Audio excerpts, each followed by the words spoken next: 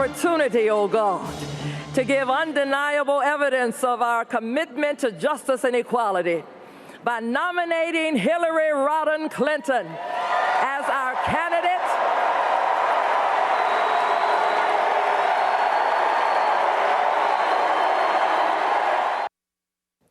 Welcome back to The World Over. This week, the Democrats made their case for their presidential candidate, Hillary Clinton, at the Democratic National Convention. Will Bernie Sanders holdouts back Clinton?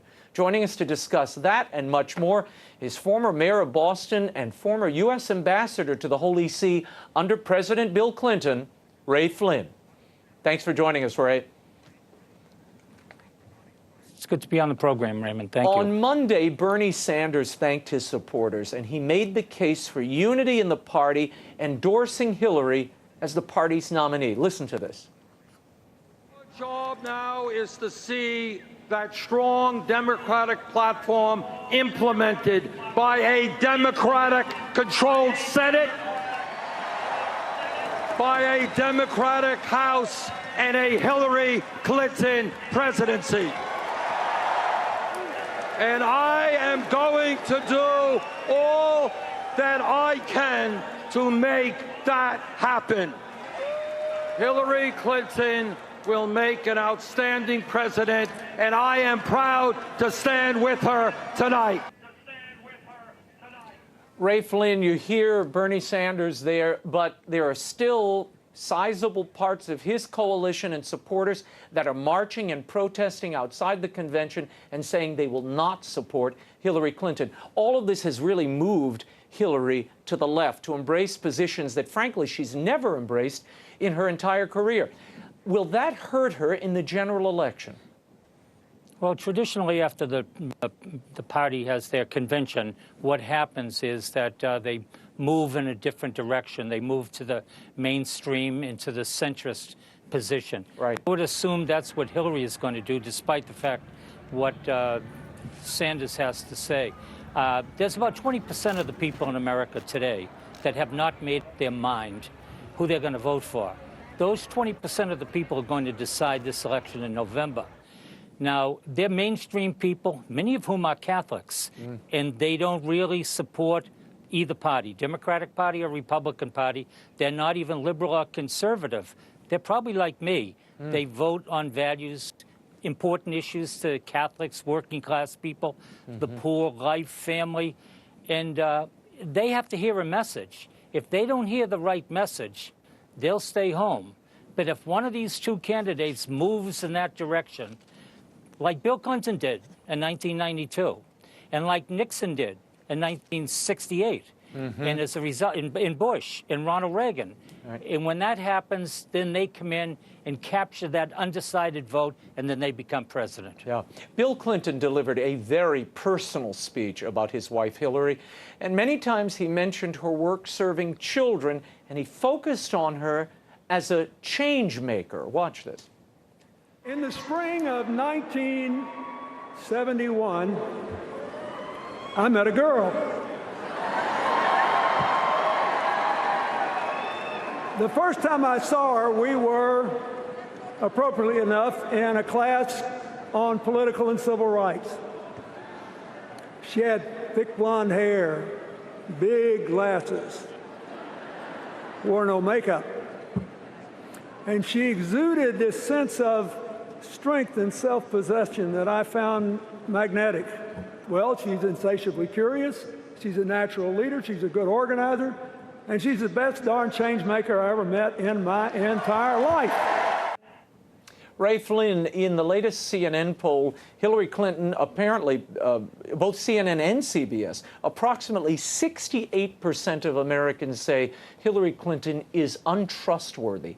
Does this change the math for her by depicting her as a change maker? And when she's so aligned with President Obama, do something, yeah. Can she make that argument? Yeah, she's really has to. That's going to be, you know, everybody's talking about President Obama and the popularity. Well, I would move away from President Obama if I were the Democratic nominee for the party. I would create my own reputation, my own platform. I would move to the center. I'd pick up some of the issues that traditional Democrats like me believe in: unions, working class people, family, helping poor people, all those health care, all those issues that we cut our teeth on, that we learned in South Boston, in Charlestown, in the Bronx, in Brooklyn. And that's what decides elections for Democrats. Maybe not for Republicans, but it does for Democrats. If you don't have those people, the show is over. And that's who she has to get in November. We're going to talk about that in a moment. I want to roll this for you and use this as a springboard to continue what you're talking about. President Obama on Wednesday gave Hillary Clinton one of her most enthusiastic endorsements. It was a powerful speech, though viewership was down. But what a speech. Here's a little clip. I can say with confidence, there has never been a man or a woman, not me, not Bill, nobody, more qualified than Hillary Clinton to serve as President of the United States of America. Ray Flynn, how does this play, particularly among the middle class and working class, part of the Democratic base? The president's message here is all is well, all is fine. In fact, we've had a great run, and Hillary's going to continue that. Does that hurt her? Well, all is not fine, as we all know. Just look at this situation with this priest and terrorism throughout the world. I'm very upset with the world and what's going on. In fact, I've never seen anything like it. You know, I'm disturbed that people, public figures, the United Nations, the United States Congress, President, nobody's speaking out against terrorism, against religious intolerance, against war on religion. Let's face it, that's what it is. That would have been the first speech that I gave at the Democratic National Convention. And I would say that the people in USA would get out of their chair and start applauding that kind of that message. That's the message that resonates with people today. I had to go near BTA, which is a public transportation, yesterday. All the people on the train were talking about the priest in Normandy that was brutalized by those terrorists, and yet nobody said anything at the Democratic National Convention. How in heavens can you justify that? Yeah, it seems to be a big oversight. I mean, there's almost no talk of ISIS, except President Obama made one statement. He said, you know, Hillary will make sure that ISIS is defeated. That was it. There was no other acknowledgement of what's happening in the world, in Germany, in Normandy, in all these other places, consistently in France, all over the place. Is that a real missing link It's like here? a war. It's like a PR. Yeah, it really is. It's a PR campaign that's going on. And here we are. We have an enemy that has declared war on Catholicism, on religion, on the United States, and we're afraid to call it like it is. You know, I think that there's a candidate out there, there's a message out there, I should say, at this point in time, and that message is unity in the United States, making the United States stronger, and protecting working class people, and making families stronger. That's the message that is going to resonate with the people of the United States in November. They're either going to do one of two things. They're either going to hear that and vote for that person, or they're not going to hear it and they're going to stay home. Vice presidential nominee Tim Kaine introduced himself on Wednesday to America, and he pointed out why Clinton is the choice for president, and he invoked what he learned from the Jesuits. Listen to this. We had a motto in my school, men for others. And it was there that my faith became something vital, my North Star for orienting my life. And when I left high school, I knew that I wanted to battle for social justice. Folks, Hillary has a passion for kids and families. Donald Trump has a passion too. It's himself.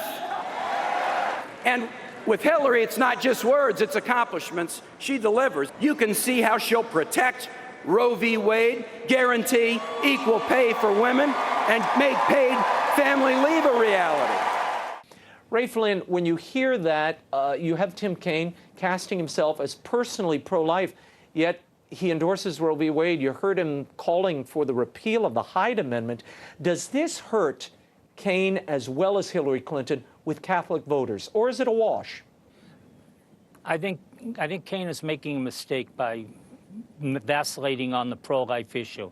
He was pro-life as I knew him, as I heard him before, and that was one of the reasons why I found him to be a very strong candidate, a man of conviction in principle. The fact that he also did missionary work on behalf of the poor people is consistent with Catholic voters throughout the country and with the Catholic Church. If he had stayed with the pro-life position and he weaved in his missionary social and economic justice policy, this man could have carried the Democratic Party to a win in November, because that 20% that I'm talking about, that's the message that they wanted to hear. They wanted to hear pro-family, they wanted to hear pro-life, and pro-poor. You know who told me that? John Paul II told me that. And you know what? That's still a winning ticket with Catholics throughout the United States of America. You had Bishop Tobin, Thomas Tobin. He called out Kaine by name, and he said in a posting, Tim Kaine has been widely identified as Roman Catholic. It's also reported that he publicly supports freedom of choice for abortion, same-sex marriage, gay adoptions, and the ordinations of women priests. Senator Kaine has said, my faith is central to everything I do, but apparently his faith isn't central to his public political life. Your reaction, Ray Flynn? See, I think that's why Catholics have to be united voters, and they have to make sure that their voice is clear and it's articulate. Right now, politicians can go any way the wind is blowing, whatever is popular, whatever the Democratic operatives or the Republican operatives say is popular. That's why we need to get lay Catholics before this election and furthermore to be a viable political voice in America.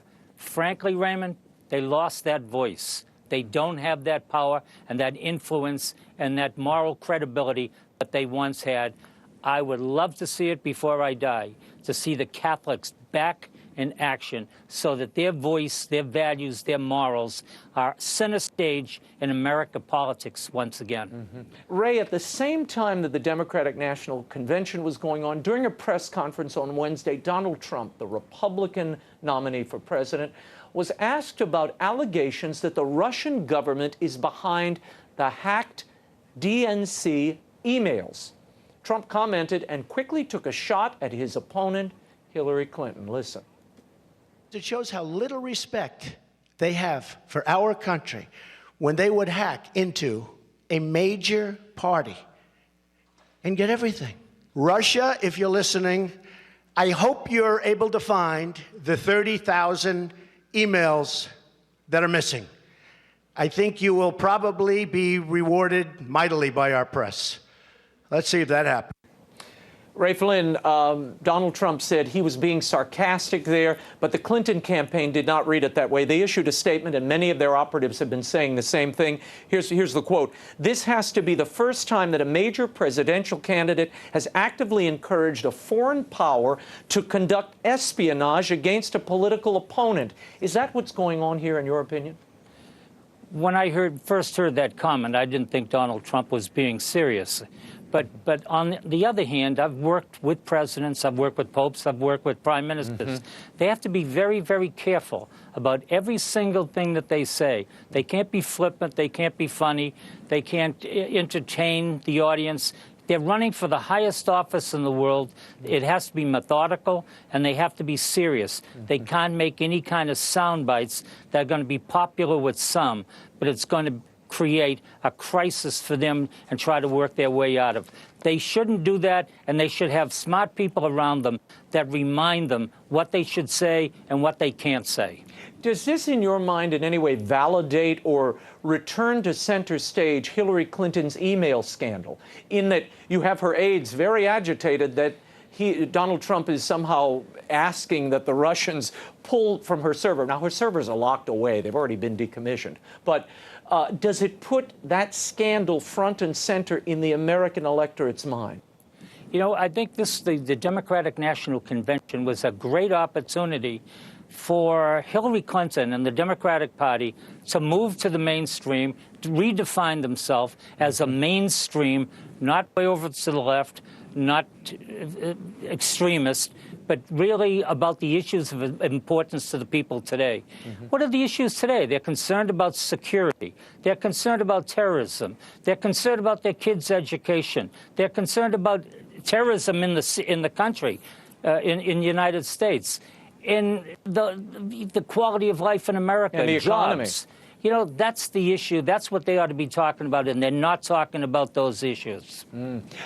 Final question. What do you think this will come down to, Ray? I mean, in the minds of voters, as those swing voters that you were talking about a moment ago, as they look at these two candidates who, we have to say, frankly, neither of them are particularly popular among the voters.